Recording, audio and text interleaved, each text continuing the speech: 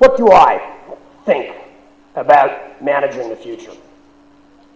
Well, first, I think the future has a great deal to do with the past. And the recent past has been full of good news, very good news, for India, for Indian companies, and for Indian managers.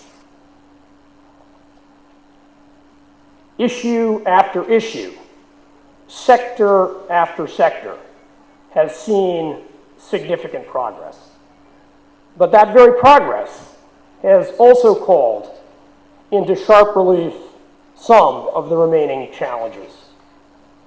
And you are well aware of those challenges, better so than I, whether they be the challenges of building infrastructure or improving governance or sharing the prosperity of developing regions within the country with those that are less fortunate. The future, I think, will be a function of the interplay,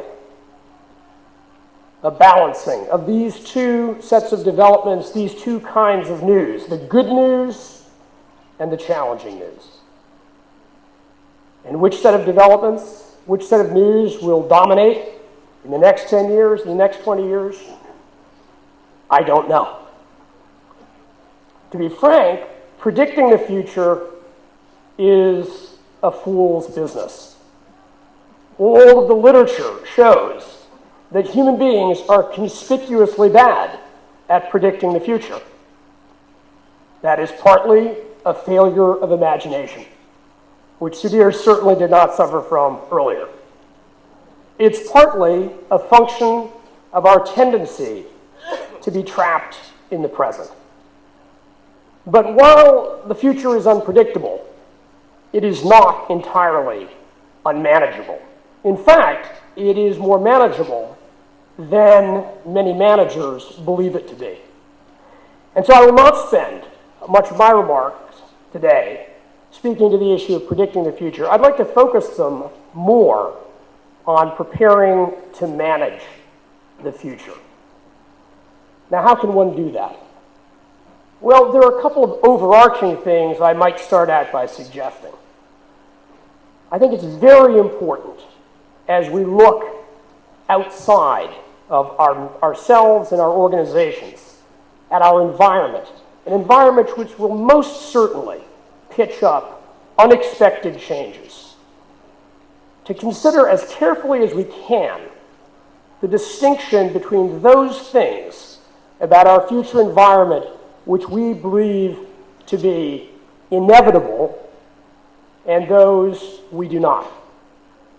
I turn to one of my favorite maxims, which I draw from the late President of France, Charles de Gaulle. And Charles de Gaulle had 4 maxims of political strategy, all of which I think are quite relevant and applicable to the world of business. And one of his maxims was always exploit the inevitable.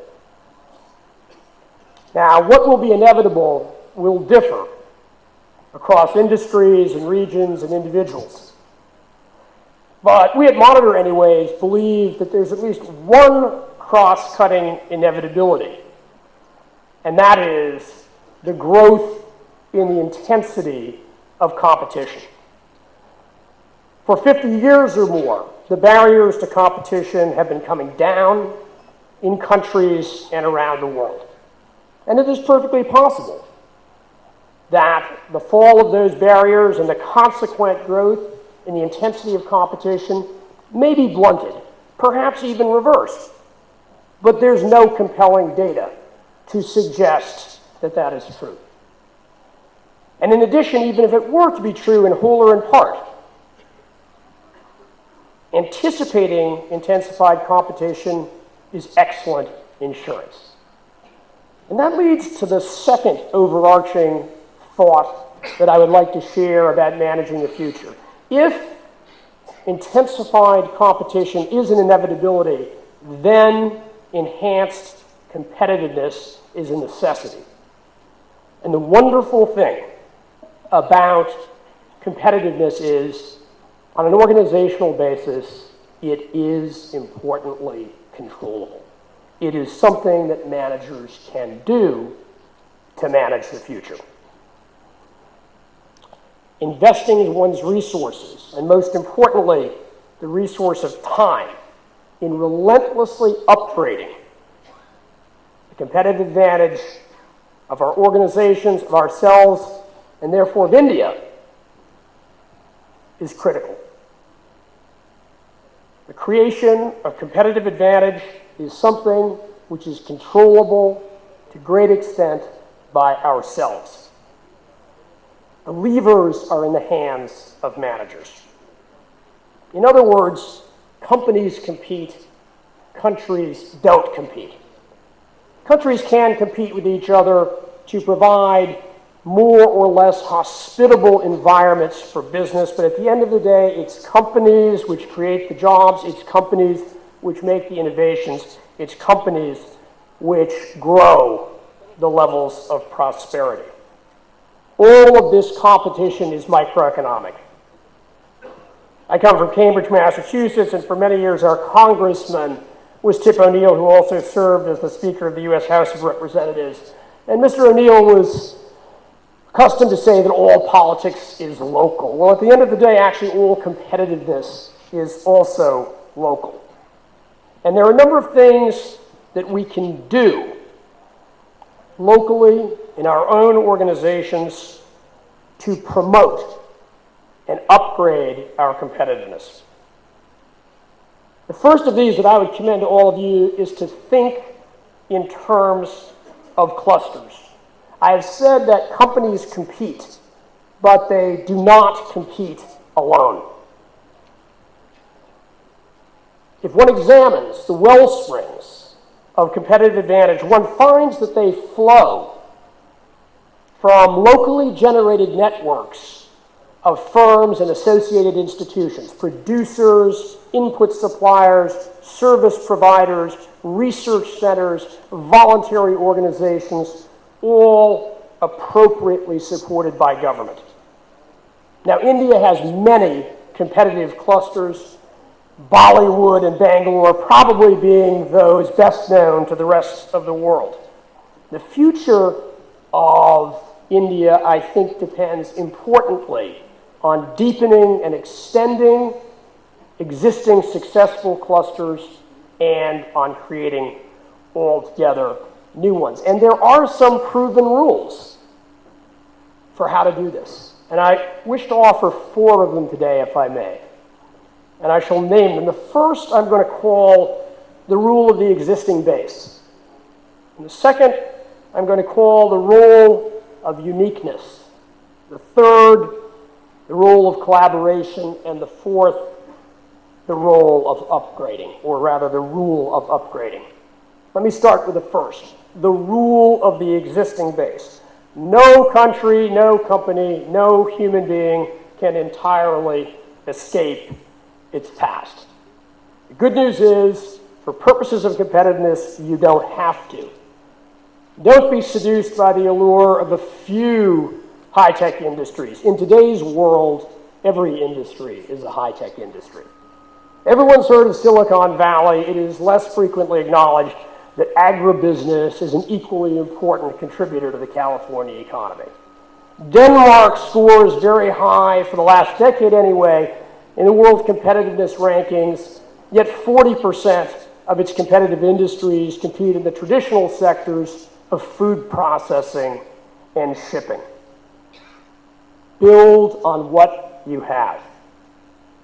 All of what you have is upgradable. The second rule, the rule of uniqueness. Seek out what is unique about India. No country or company can perfectly copy another's success. Emulation may be necessary, but differentiation is what creates the most sustainable forms of competitive advantage. If you look at country after country that have succeeded in building long-lasting competitiveness, you find that they have worked with their assets, but most importantly with their unique assets and even with their unique disadvantages. In 1800, Switzerland was the poorest country in Western Europe. Today, it is equal to the richest. Switzerland was poor because there is no arable farmland to speak of in Switzerland. And in an agricultural era, that was a big disadvantage. Instead of arable land, Switzerland had mountains.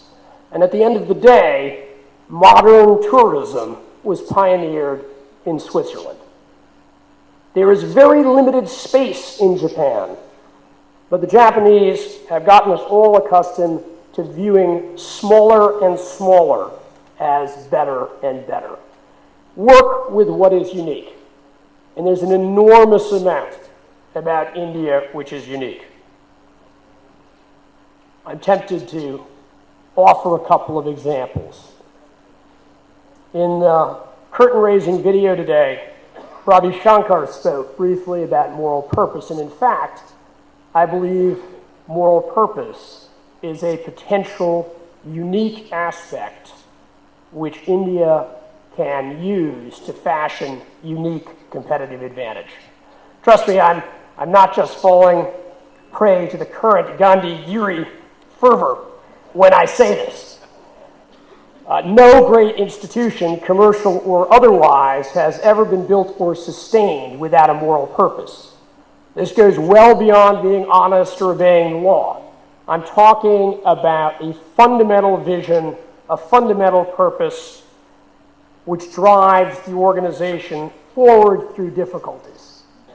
And in a world where corporate social responsibility is becoming a byword, organizations that innovate in moral purpose will not only do good, but they will do well. Let me use another example. India has invested for 60 years in maintaining democracy and managing diversity within its borders.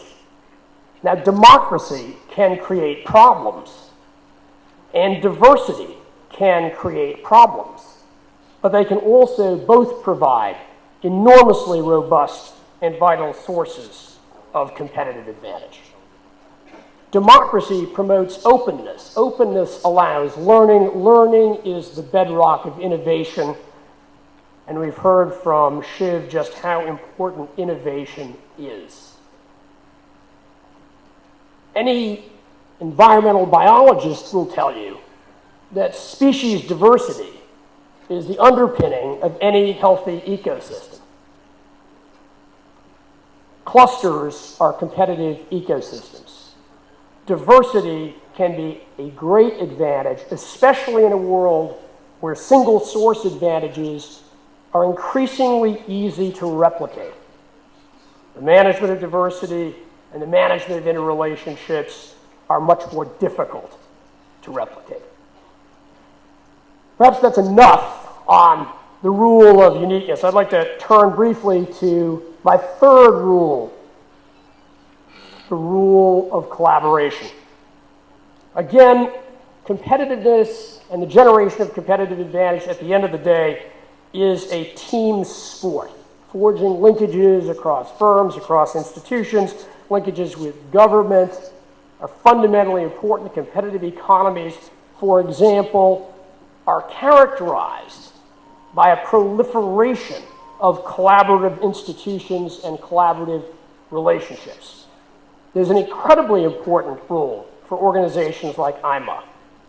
There's an incredibly important role for public-private partnerships. There's an incredibly important role for university collaboration with the commercial sector. Fourth and finally, the rule of upgrade. And in many respects, this is the most important one from my perspective. It's the most important one because it's not just true that competition is intensifying in most places around the world. It's the most important one because the sources of competitive advantage are changing. The asset base of competitive advantage is changing. Financial assets and physical assets are increasingly commodities. Knowledge assets, human assets, and advantage from networks, social networks, are becoming increasingly important. And this shift in the asset base from competition and competitive advantage generated by possessing physical or financial assets to being able to retain and deploy human and knowledge assets suggests the existence of a trinity or an iron triangle, if you will, of imperatives if one wishes to upgrade. The first element of that imperative is the imperative to invest in the development of specialized human assets. The second element of that triangle is the imperative to invest in innovation in knowledge assets. And the third element is the imperative to invest in the promotion of entrepreneurship. India has been differentiated by its human assets. So we all know that shortages are looming, and we all know that education needs to be upgraded. India has a functioning intellectual infrastructure, but the challenge to go beyond knowledge to knowledge assets is one that presents a great deal of opportunity. Perhaps most importantly is the third element, that of promoting entrepreneurship. Monitor has from time to time in countries around the world done a conditions of entrepreneurship survey. We were able in concert with the Business Standard to do that in India this year. It provided exceedingly good news. In the critical attitudinal variables, India scored first in the world. But it also showcased some areas for improvement. Building the iron triangle as companies and as a country will be necessary for upgrading. In conclusion, let me say that the single best thing that I believe companies and individuals can do to confront the future is to invest in the capability to manage it, and that means in competitiveness. In 1995, I had the opportunity to visit 5 Indian cities and talk about the future and the future of global competition. It's a time when liberalization was still young. And in the last week or two, I've been asked frequently, what's changed? And the answer, many things. But the most striking thing that has changed is the pervasive sense of optimism, the pervasive sense of confidence. In 1995, there was pervasive anxiety. Would Indian companies be able to compete on an open playing field? History has shown that that anxiety was unjustified. The confidence is legitimate. Keep the confidence. Don't let it turn into complacency. The psychological literature shows that pessimists are better than optimists at predicting the future, but it also shows conclusively that optimists are better than pessimists at managing the future. One of Charles de Gaulle's other maxims was always keep the initiative. So I would urge you all to keep the optimism, to take it forward,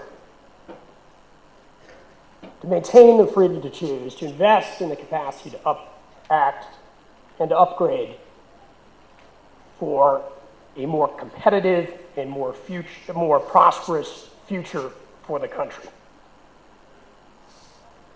Competitiveness creates prosperity, and prosperity is the best insurance that a country can have, the best insurance of security, of independence, of stability in the face of an uncertain world.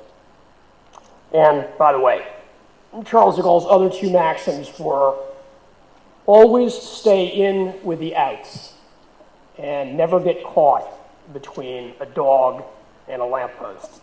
Thank you.